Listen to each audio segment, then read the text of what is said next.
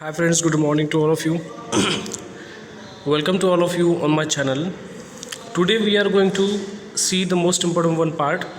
पहले भी हम उसकी बहुत सारी प्रैक्टिस कर चुके हैं, तो आज उस प्रैक्टिस के बारे में हम बात करेंगे। पहले भी मैं उसके ऊपर वीडियो बना चुका हूँ और बहुत सारे स्टूडेंट्स को उसमें अच्छे से समझ में आ रहा है और you are giving the good response to me and that's very good for me. तो आप भी अच्छे से पढ़ रहे हो और ये सब आपके लिए काम में आने वाला है। तो प्लीज़ अगर आपको वीडियो लाइक करते हो, वीडियो अच्छा लगता है तो प्लीज़ सब्सक्राइब ज़रूर करें और लाइक ज़रूर करें and please make one comment on the related topic. Today's our topic is remove too और यूज़ सो दैट। तो ग्रामर में ये बहुत ही इंपॉर्टेंट टॉपिक होता है फ्रेंड्स दोस्तों। तो ये प्रैक्टिस जो है बहुत ज़रूरी होती है। हमने उसके ऊपर जो एक वीडियो बनाया था वो कॉन्सेप्ट हमने क्लियर की थी, किस तरह से उसे यूज़ किया जाना चाहिए और किस तरह से उसे यूज़ किया जाता है। तो ये अगर हमें समझ में आती तो आज हमें देखने है कि किस तरह से उसको प्रैक्टिस किया जा सके। ठीक है, कुछ सेंटेंस मैं आपके लिए यहाँ पे प्रेजेंट ज़रूर करूँगा। तो let's do this practice with me. तो चलिए देखते हैं क्या वो प्रैक्टिस हो सकती है, किस तरह से प्रैक्टिस की जा सकती है। कुछ शीट मैंने बनाया है, उस शीट को ही हम यहाँ पे फॉलो करेंगे जिस तरह से पिछले 2-3 टॉपिक में हमने शीट का इस्तेमाल किया है। तो बहुत सारे स्टूडेंट्स ने बताया कि अच्छे से उनको समझ में आ रहा है, means you are getting the practice with this. और ये आपके नोट में ज़रूर आप लिख के रखिए, तो आपको बहुत सारी जो सॉल्यूशंस है उसमें से मिल जाएंगे। तो पहले हम देखते हैं कि first sentence, it is too hot too outside. It is too hot outside. तो देखिए जहाँ पे हमने टॉपिक का नाम दिया है कि यूज़ रिमूव टू और यूज़ सो दैट। तो पहले भी हम एक शीट बना चुके हैं, पहले से एक वीडियो बना चुके हैं कि इस वीडियो में हमने देखा था कि किस तरह से रिमूव टू को निकालना होता है। अगर सेंटेंस में एक ही टू होगा तो उसको निकाल के हम यूज़ और वेरी का यूज़ करते हैं। अगर डबल टू हुआ तो ही हमें सो दैट का इस्तेमाल करना होता है। तो यहाँ पे सिर्फ एक टू दिया है, इसलिए हम यहाँ पे वेरी का इस्तेमाल करेंगे। It is very hot outside. Second sentence भी कुछ इसी तरह का होगा, this books are too expensive. तो यहाँ पे टू का मतलब यहाँ होता है कि बहुत ज़्यादा। ठीक है, this books are very expensive. इस तरह से वो सेंटेंस बन जाएगा। मीन्स टू की जगह पे सिर्फ हमें वेरी का इस्तेमाल करना होगा।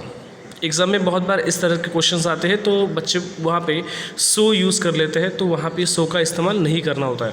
राजा is too fond of sweets. तो सेम यही भी यहाँ भी वही यूज़ होगा, और Raja is extremely fond of sweets. तो यहाँ एक्सट्रीमली, वेरी मच, इस तरह का इस्तेमाल हमें करना होता है।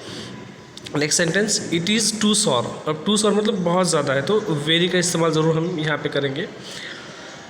इट इज़ वेरी सॉर, बहुत ही खट्टा है। The king was too infallible. तो वहीं पे वापस टू की जगह पे वेरी का ही इस्तेमाल होगा।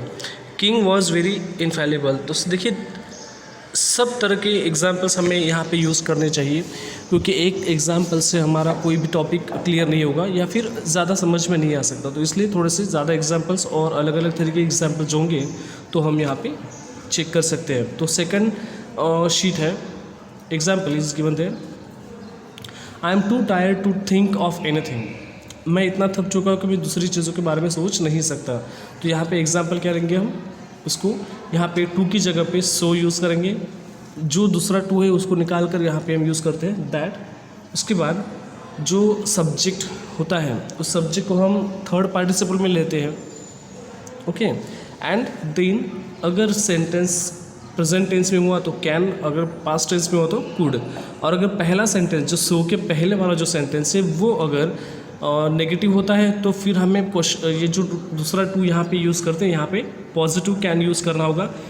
अगर ये पॉजिटिव है तो यहाँ पे नेगेटिव कैन नॉट यूज़ करना होगा, मीन्स नॉट लगाना होगा कैन के लिए। ठीक है, तो इस तरह से हम एग्जाम्पल को सॉल्व करेंगे। I am so tired that I can't और can not think of anything. ठीक है, दूसरा एग्जाम्पल हम देखते हैं, तो वहाँ पे भी हम वही चेंज करेंगे। सी हाउ,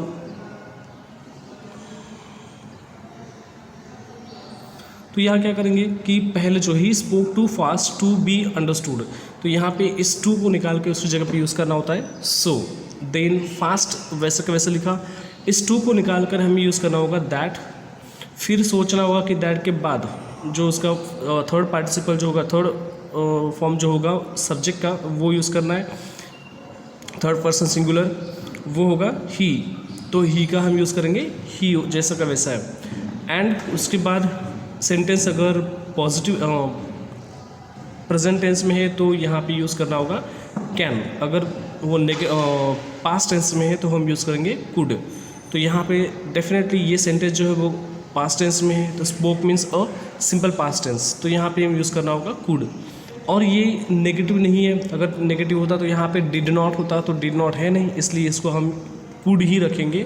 तो सेंटेंस क्या होगा, he spoke too so fast that he could be understood.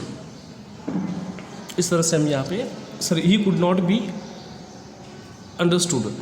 ठीक है, ये नेगेटिव होने की वजह से, ये पॉजिटिव होने की वजह से ये नेगेटिव हो गया। ठीक है, इतना फास्ट बोलता है कि कुछ समझ में नहीं आता है, कुछ समझ नहीं सकता।